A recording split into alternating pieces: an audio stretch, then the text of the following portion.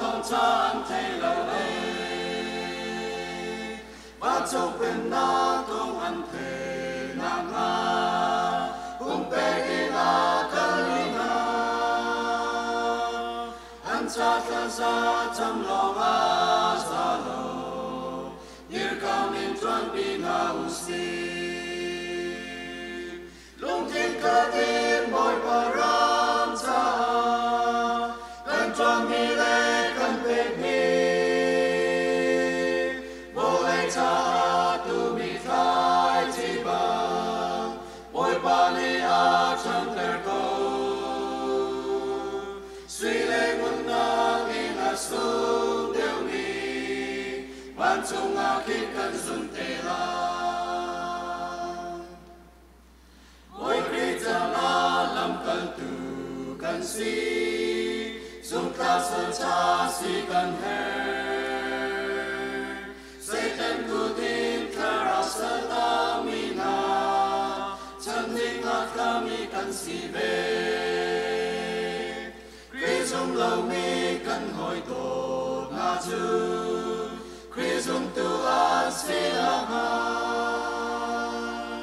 cần nun gia lê cần toa ser la min Christ thao cha chim cha na usi lúc thiên ca đêm bồi param cha cần chuẩn mi lệ cần bệt mi vô lệ cha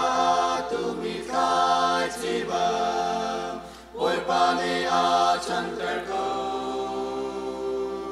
suy lên luôn na nghe là sung đều mi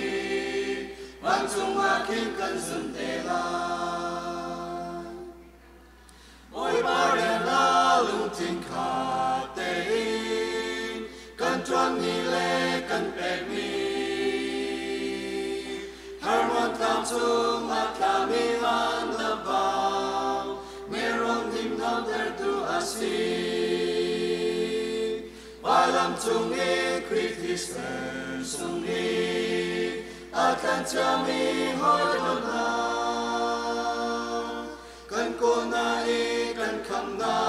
lao chun hầu ni la a san kun na la lúc thiên ca đêm bồi param cha